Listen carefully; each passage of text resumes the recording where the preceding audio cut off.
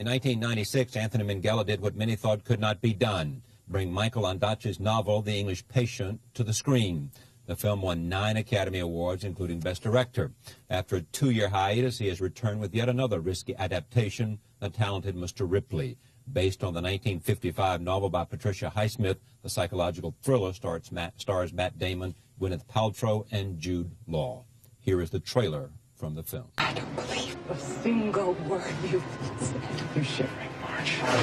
Can I hold you? Well, whatever you do, however terrible, however hurtful, nobody thinks that they're a bad person. The film has been nominated for 5 Golden Globe Awards, including Best Picture and, guess what, Best Director. I'm pleased to have Anthony Minghella back on this program. Welcome back. Thank you very much. I remember fondly the last time you were here, along with Michael Ondaatje, who pretty much said, this film is as good as my novel, or and in some cases even better, which was a remarkable thing for a novelist to say. Well, it was a remarkable experience for me as a director to have a writer with me on every step of the journey through my adaptation of the screenplay, when we were rehearsing, when we were shooting in the cutting room, when we were promoting the film. It's very sad that Patricia Highsmith died as I was writing the first draft of the screenplay, because I would love to have reproduced that particular sense of collaboration with a novelist. Here's what's remarkable about this movie, for me, and a lot of things. First, you cast, or Sidney Pollack or somebody, I assume you, a lot of these very talented and now well-known actors before they had won a bunch of awards and before they were in the full bloom of their success. But it was me, and it was more luck than judgment, I have to say. It's just that I looked around and I knew it was a film about young people. So I tried to look around and see who were the brightest and most interesting group of young actors that I could find in the world, actually, in Australia and London, in New York and Los Angeles, and try to put them in the film. And when I turned round, a year later, they were all suddenly, household names. And had an Academy Award in one case. Yeah, that was very useful, and also quite daunting. I mean, I think the shadow of their success sort of casts itself over the film a little bit, because the film is a very ambitious and provocative story, and in some ways you want the film to speak louder than any particular element of it. And I felt that the fact that Matt and Gwyneth had such enormous success, and perhaps in some ways subverted the expectation in terms of people coming to see them and the kind of roles they've become famous for, and this is such a different and a big departure for both of them. Ambitious and provocative undertaking, why? Well, it's an American movie, but it's a film about a man who gets away with murder. It's a film which has a kind of ambivalent sexual element to it, and a sort of undercarriage of yearning, which is really, its sexual navigation is strange. And I think it's a very dark film, and it's a film which asks you to think and to feel. I think most movies, particularly take on the sort of the shape of a thriller, deliver a slightly more conventional sense of how the world works. I wanted to make a cautionary tale, a kind of philosophical story wrapped up in the suspense vehicle. And a cautionary meaning what? Well, there's something to think about in this film. It's about, the film asks the question whether it's better to be a fake somebody than a real The nobody. line that he just said there in the trailer. Which I think is more prescient now than perhaps it was in the 50s, this sense that I feel we're bombarded in the media by images that demand that we give up on ourselves in some way, that we feel badly about who we essentially are, that we're told that we should change our hair, change our bodies, change our lifestyle, change our couches, change our cars, change everything about ourselves, was essentially what we are is not good enough. And I think there's a moment in the course of growing up, particularly, which is where you realize that the essential business of being a human being is to be alone, and that the essential yearning of a human being is not to be alone, and how we, in some ways, make sense of those two perceptions defines us. And one of the ways that people do, and perhaps I've done in my life, is to say, well, if I hide who I essentially am, if I keep that a secret and aspire to be somebody else, perhaps people will find it easier to accept me. And at the heart of Ripley, I think there's somebody who's hiding and giving up on who he is in order to be accepted by a world he'd like to belong to. So I think that's something which is common to many people, I think, not just to him and me. Yeah. Well, a lot of interesting things you just said. One is, I suspect that without having a PhD in psychology or understanding violence and crime today, part of what violent acts in high school are A, because of media images, and B, the effort to commit some act to be somebody.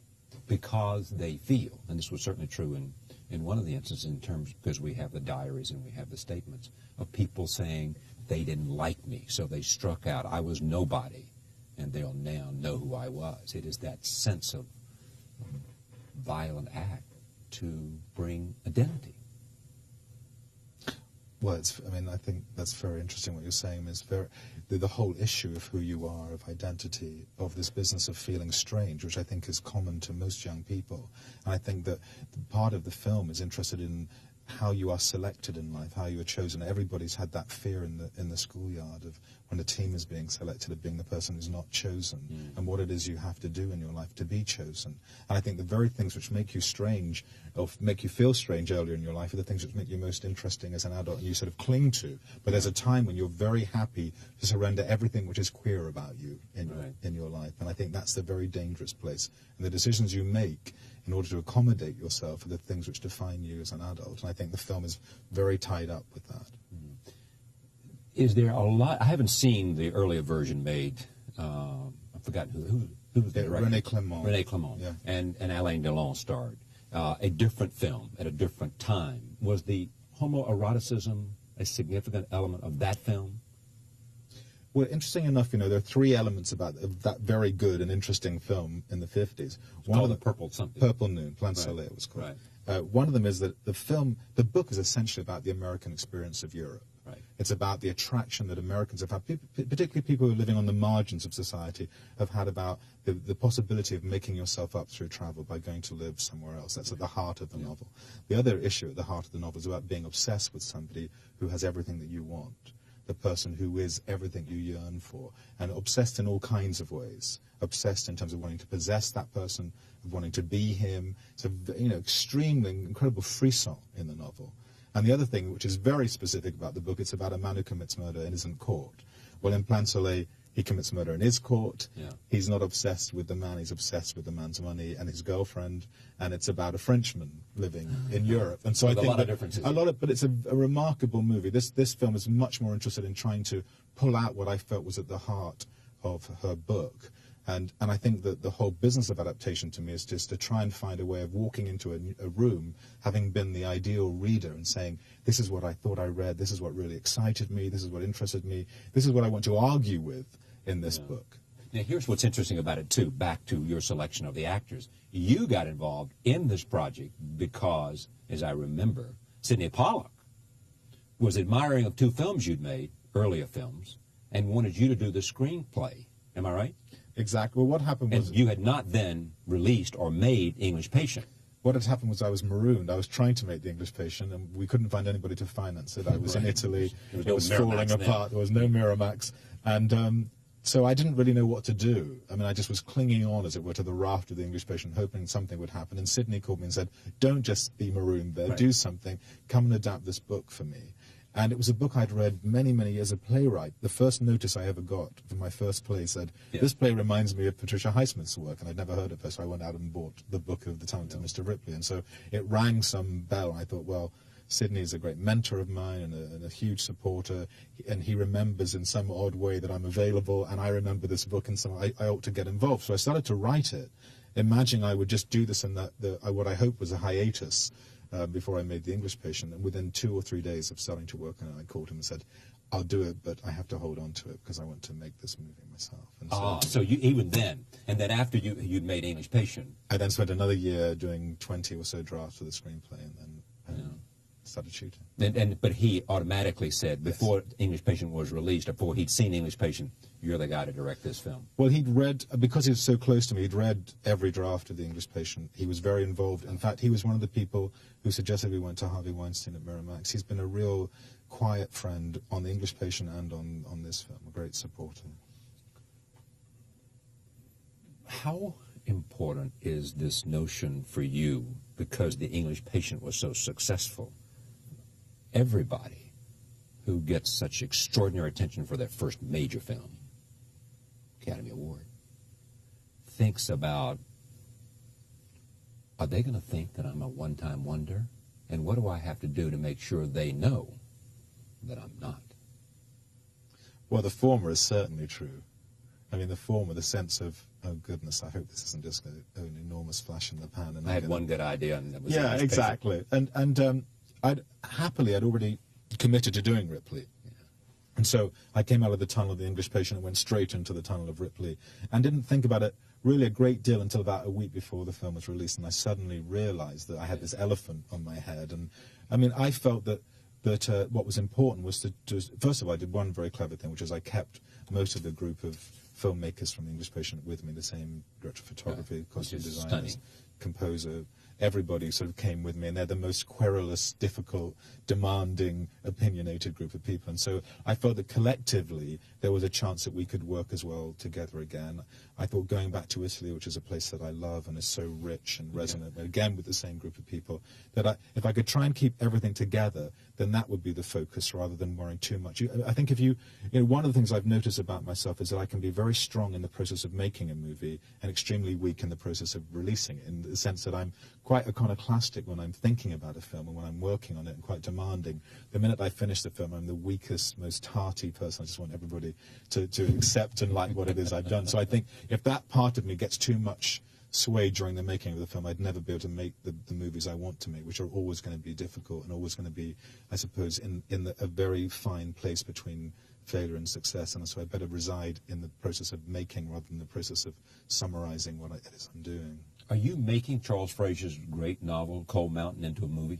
I am. And who are you going to star in that? You can't put me on the spot like that. I haven't even finished writing, but it is a great movie and a great book, and I hope I can do it justice, and I hope that he'll come with me on that journey. Okay, but I mean, there's an interesting thing. I bring it up now because we look at these three great novels. You know, I mean, you like this idea of tackling these projects in which you take a novel that is complex and rich and interesting. And Cold Mountain is set in the Civil War, so it's a whole different thing. Let me take a look at this notion. You add characters to the book. Cate Blanchett's character did not exist. Well, if we were adapting any book together and we were looking at it, first of all, the thing we'd have to deal with is the fact that, you know, part of the quality of reading a book is the wonderful secret between the reader and the book. It's a perfect read. You're making your own movie as you read a book. But also it's about something essentially implicit, whereas making a movie is about something essentially explicit. You have to point a camera at an event. So if a line in the book says, Ripley had a wonderful 2 days in Venice, you know, short of putting Matt there with a caption and smiling, and then you have to say, well, what does that mean? What is a wonderful day for Tom Ripley in Venice? And the minute you start to determine that and dramatize that, first of all, you have to have him meet somebody, you have to have him do things, say things.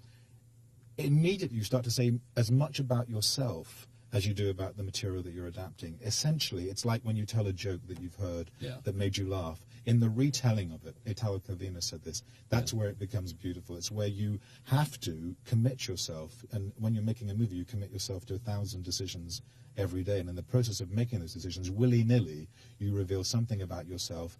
And so, obviously, what I was trying to do was to say, well, Ripley is here, he goes to Rome, he's having a wonderful time. He would probably want to meet somebody who approximates, because he's living Dickie's life at that point, to the kind of life that Dickie had, to the kind of relationship that Dickie had. He'll find himself a woman who's elegant and blonde and privileged and a thoroughbred.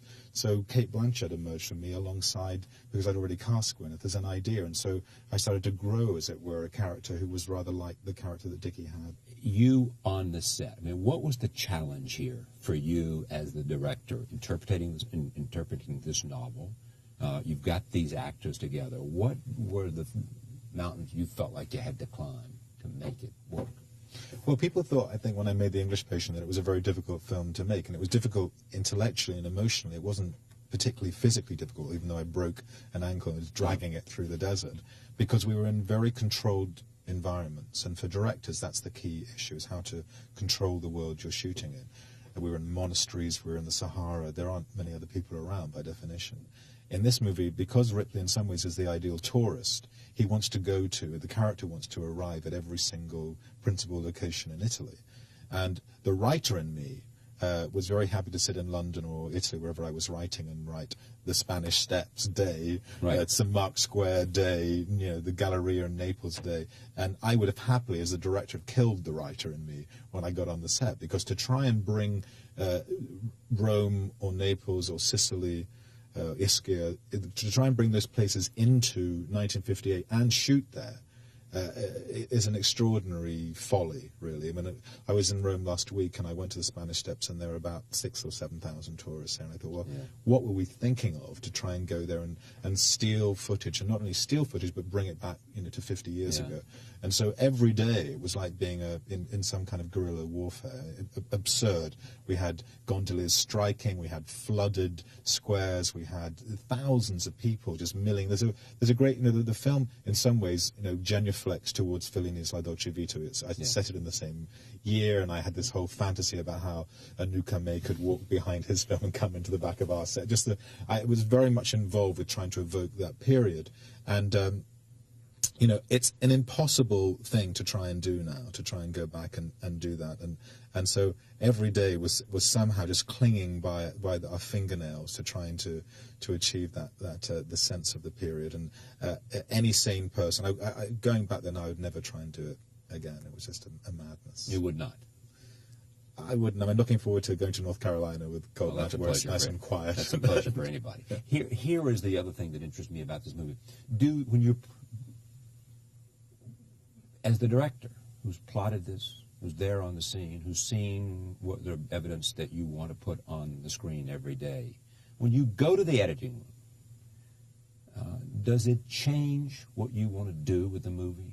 Did you get this movie and all of a sudden, 2/3 of the way in, you say, God, I've got to, it's not like I wanted it to be. I've got to make it take a turn here. I've got to do something. I've got to enhance this. I've got to diminish this. I've got to make it different than I imagined in my head when I was looking at it piece by piece.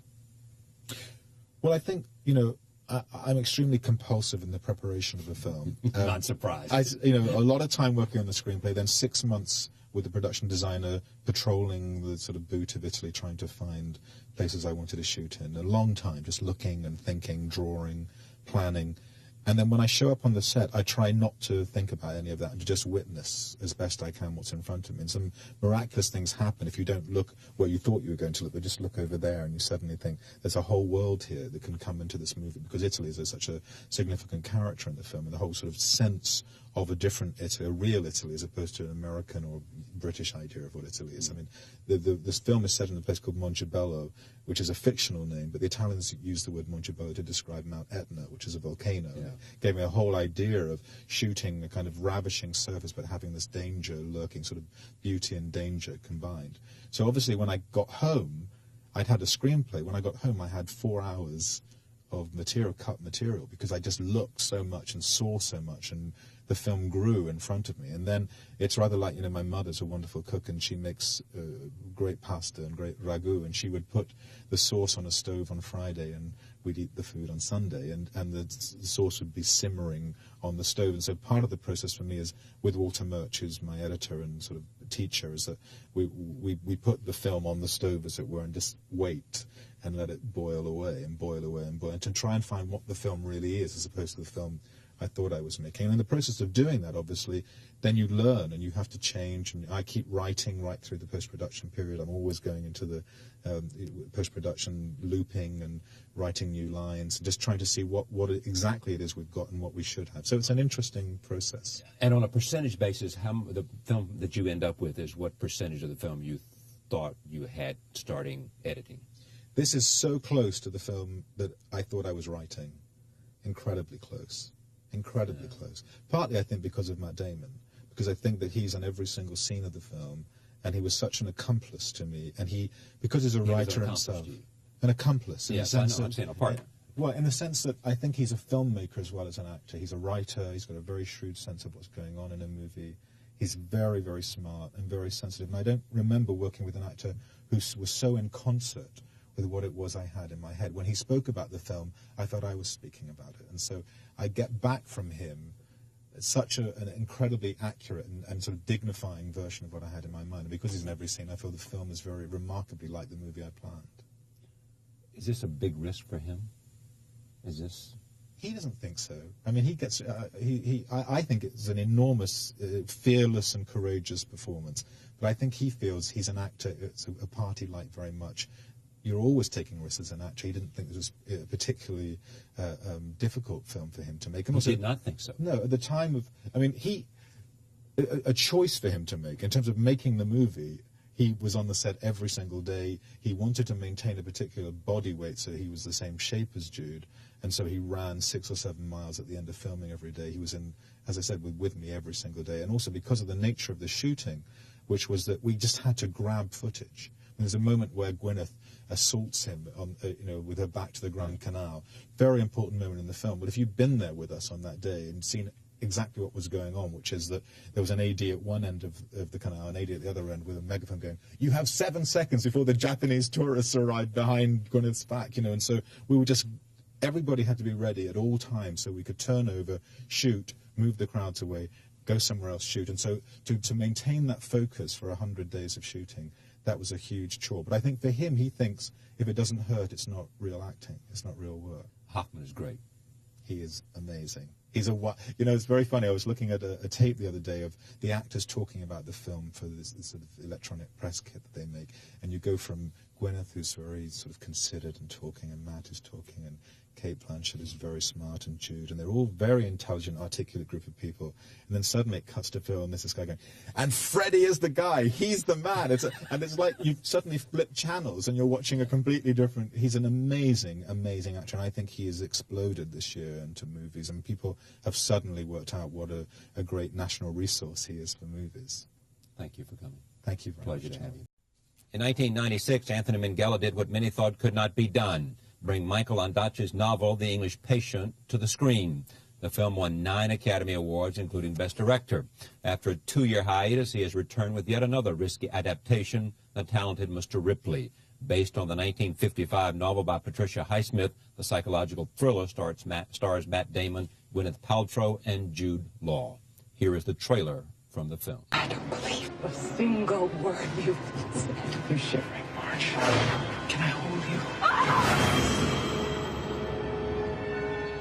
Well, whatever you do, however... Most interesting group of young actors that I could find in the world, actually, in Australia and London, in New York and Los Angeles, and try to put them in the film. And when I turned round, a year later, they were all suddenly, household names. And had an Academy Award in one case. Yeah, case. that was very useful, and also quite daunting. I mean, I think the shadow of their success sort of casts itself over the film a little bit, because the film is a very ambitious and provocative story, and in some ways you want the film to speak louder than any particular element of it. And I felt that the fact that Matt and Gwyneth had such enormous success, and perhaps in some ways subverted the expectation in terms of people coming to see them and the kind of roles they'd become famous for. And this is such a different and a big departure for both of them. Ambitious and provocative undertaking, why? Well, it's an American movie, but it's a film about a man who gets away with murder. It's a film which has a kind of ambivalent sexual element to it, and a sort of undercarriage of yearning, which is really its sexual navigation is strange. And I think it's a very dark film, and it's a film which asks you to think and to feel. I think most movies, particularly take on the sort of the shape of a thriller, deliver a slightly more conventional sense of how the world works. Terrible, however hurtful. Nobody thinks that they're a bad person.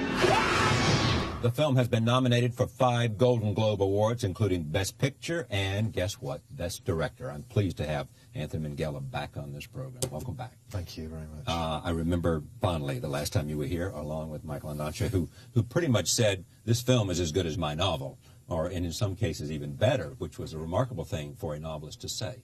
Well, it was a remarkable experience for me as a director to have a writer with me on every step of the journey through my adaptation of the screenplay, when we were rehearsing, when we were shooting in the cutting room, when we were promoting the film.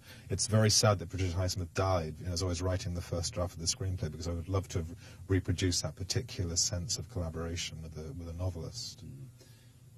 Here's what's remarkable about this movie, for me, and a lot of things. First, you cast, or Sidney Pollack or somebody, I assume you, a lot of these very talented and now well-known actors before they had won a bunch of awards and before they were in the full bloom of their success. But it was me, and it was more luck than judgment, I have to say. It's just that I looked around and I knew it was a film about young people, so I tried to look around and see who were the brightest and